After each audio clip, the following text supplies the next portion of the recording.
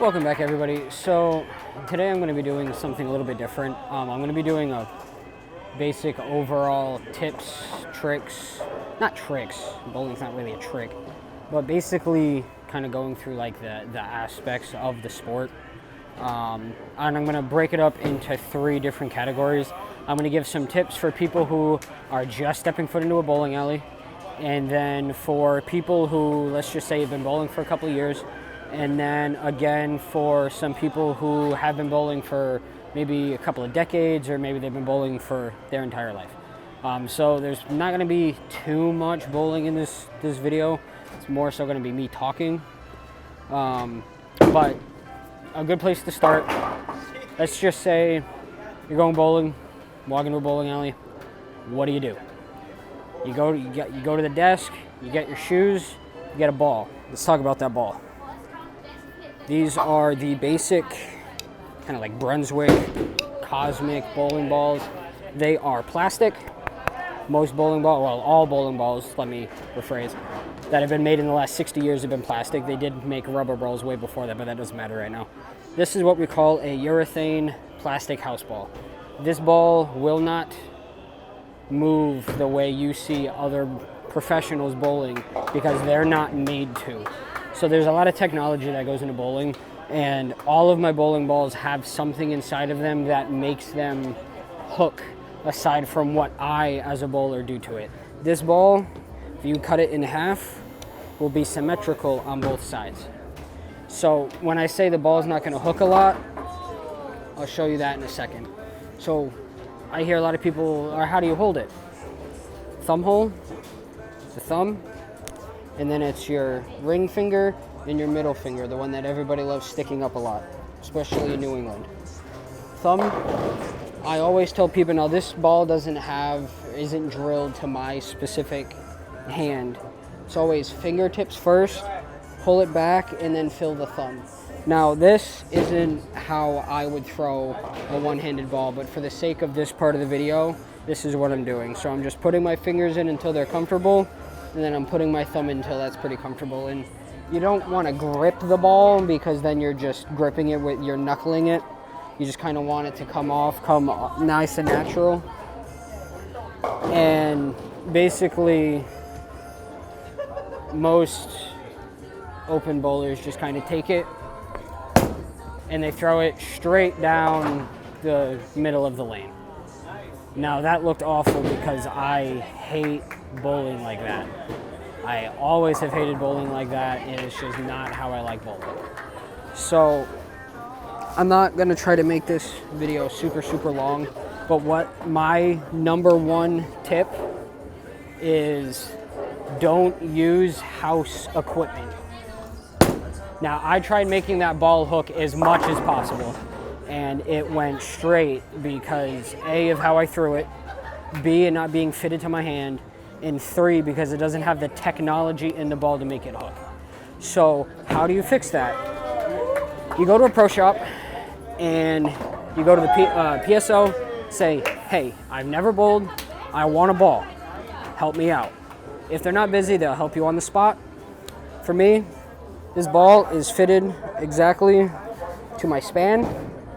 I put my first knuckles in the ball, right in the fingertip part of where the holes are, and then I pull my hand back and the thumb hole slides right in. So I'm gonna show you how much different a house ball to a high performance ball, how different they are.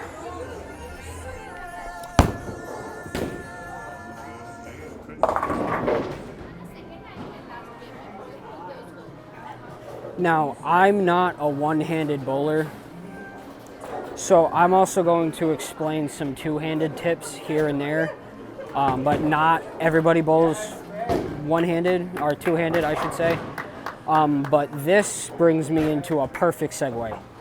Next tip for beginners. Whatever you leave on the deck, do your best to make. So what I mean by that is spares are the most important fundamental aspect to bowling. I cannot emphasize enough how important spare shooting is. When you start getting more into bowling, you'll see what I mean. But you can, it could be a difference of $150, $200, $500 between you maybe cashing in a tournament or advancing to the next round with maybe like 1 pin difference, and that comes from a spare. So I'm going to throw one more one-handed. That was awful. I'm going to throw two-handed now. So I see a lot of young people, a lot of people who see me bowl try to copy how I bowl, and they don't know what they're doing. So my first biggest piece of advice for people who are learning how to bowl two-handed, ditch these. These balls, not it. Let me show you why. I'm gonna try to show you why. Keep in mind, the fit doesn't fit. So I'm gonna just take this ball.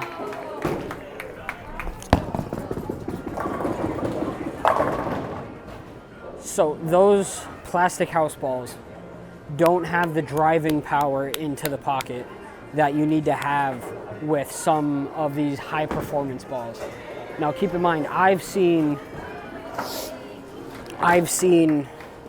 a lot of high performance balls not have a lot of drive through them, but nothing gets as bad as house balls.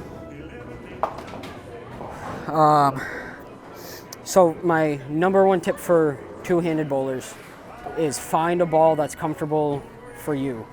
Ditch the house ball, get your own, because you need a ball that feels comfortable, that fits you well, and that's drilled to how you throw it.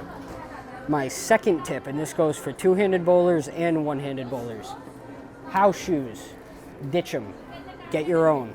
I don't know why I just took my own shoe off, but I have my own bowling shoes. These are more of a higher end bowling shoe. They're kind of like right in the middle of the price point. I think I paid $110 for these, but you save money bowling with your own shoes. You don't have to rent shoes from a house. And what's awesome about these boas, two things. I don't have to tie them because they have a dial on them, which is awesome. I just push in the tile, tighten the dial, and I'm good to go. And the second thing, and this is actually really cool, bowling shoes have slide pads on them, right? Mine, give me a minute, can come off. Whenever this gets worn out, I can replace it with a brand new one and it sticks right to the bottom. Now, I'm not telling brand new bowlers to get this specific shoe, but you can go to any bowling pro shop and you can get a pair of regular old just bowling shoes for about $45, maybe $50, depending on the inflation percentage and a bunch of stuff I can't control. But these are a must-have for new bowlers. So when you really want to get into bowling, you want to walk out of here with a ball in your own shoes. So let me just put this back on here and then I will move on to the next part of this video.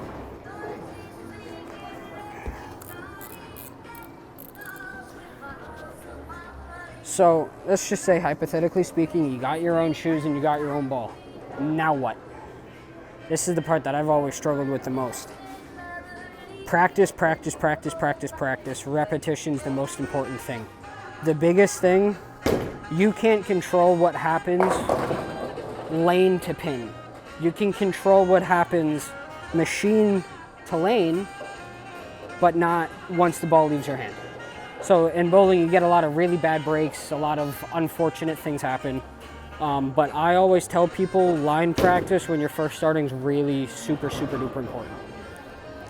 So I'm trying to figure out the right way to describe this. So when you put your hand in your ball when you bowl one-handed, you want your hand to be underneath the ball so it can pop off your wrist, right?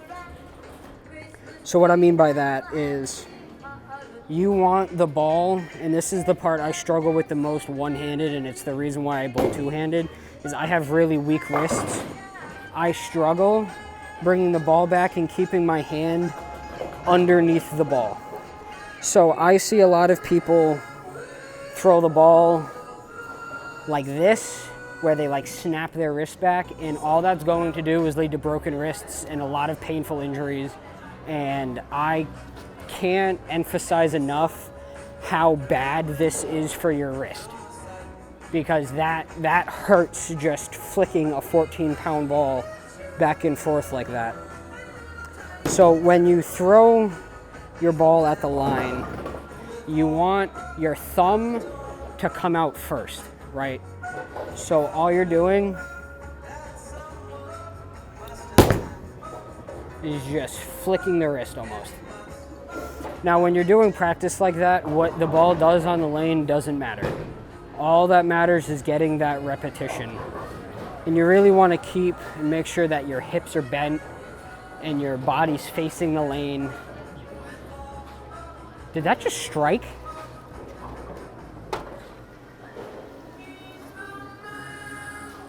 I'll have to go back and look. That's crazy. So I also see a lot of people, and I was the worst one for this, running up to the line and just trying to throw the ball as fast as possible. When you throw the ball as fast as possible, you lose all control of the ball, and the faster you try to throw the ball, the more you try to muscle it, the more you're giving yourself areas to not strike, and the more basically you're giving yourself more opportunity to miss. So I used to be really bad. I'll actually throw this house ball because I don't want to damage my ball just in case. I used to be really bad. I used to take a house ball and just like swing the ball up and chuck it as fast as possible. It looks nice, it's cool, you threw it fast, awesome.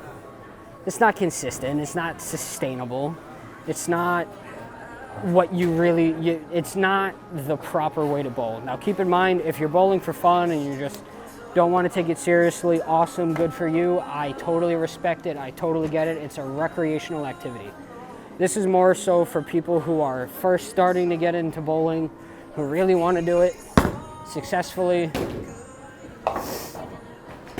So now that you have your own ball, you have your own shoes, you're starting to throw the ball. How do I make it hook? What do I do to the ball to make it hook? So that practice I said at the line, you want to start implementing when you go to throw the ball.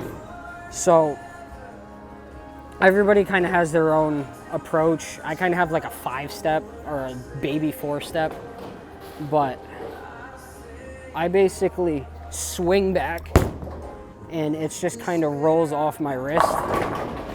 Except I got on the side of that ball because I really struggled to get my hand under the ball, which I specified before.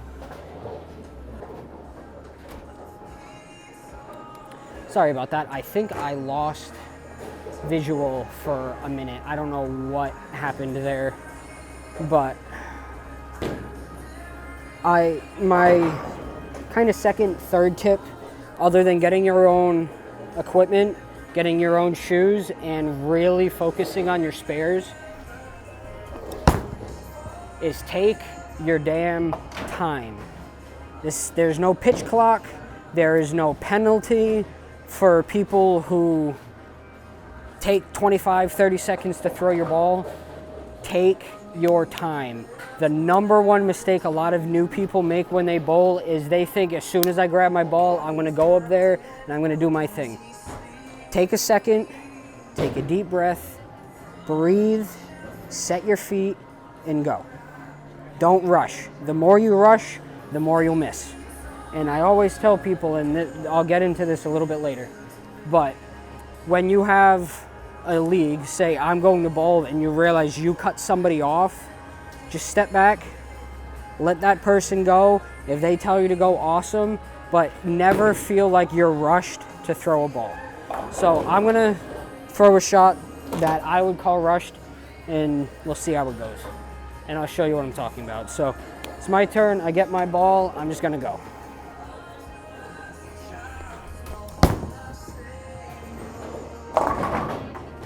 Terrible, it had almost no rotation on it whatsoever. Threw it too fast, my feet were a mess. Now, I'm gonna throw the exact same ball as a spare because I left 2 pins, but I grab my ball, A lot of times, and I'll get into this is going to be my next tip, ball maintenance. Wipe the oil off, fingers in the ball, deep breath, visually look at where you want the ball to go, and then just execute.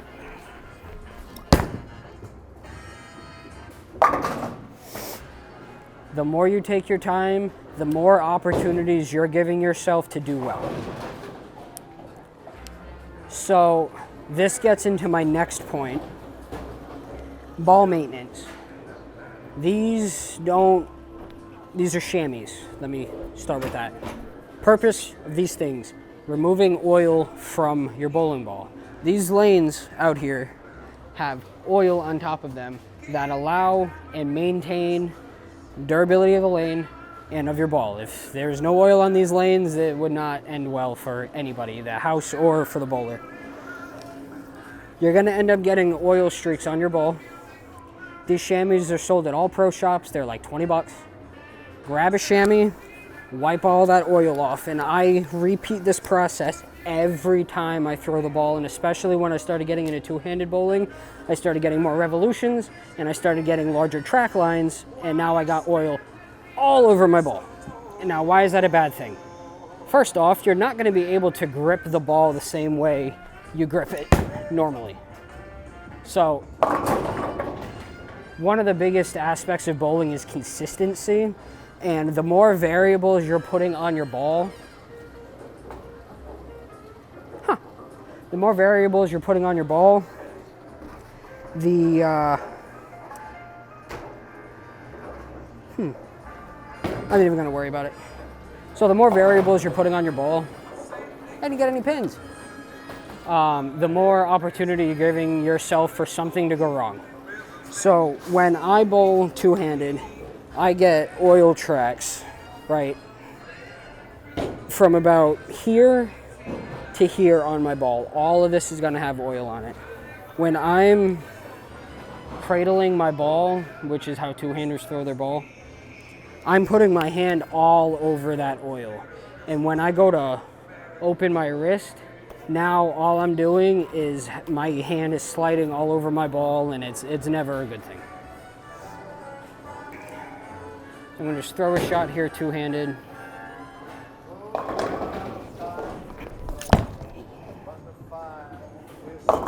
Yeah, see, that went right through the nose, because there's another aspect of this that I'll get into. Probably not in this video for the sake of time, but for a future video.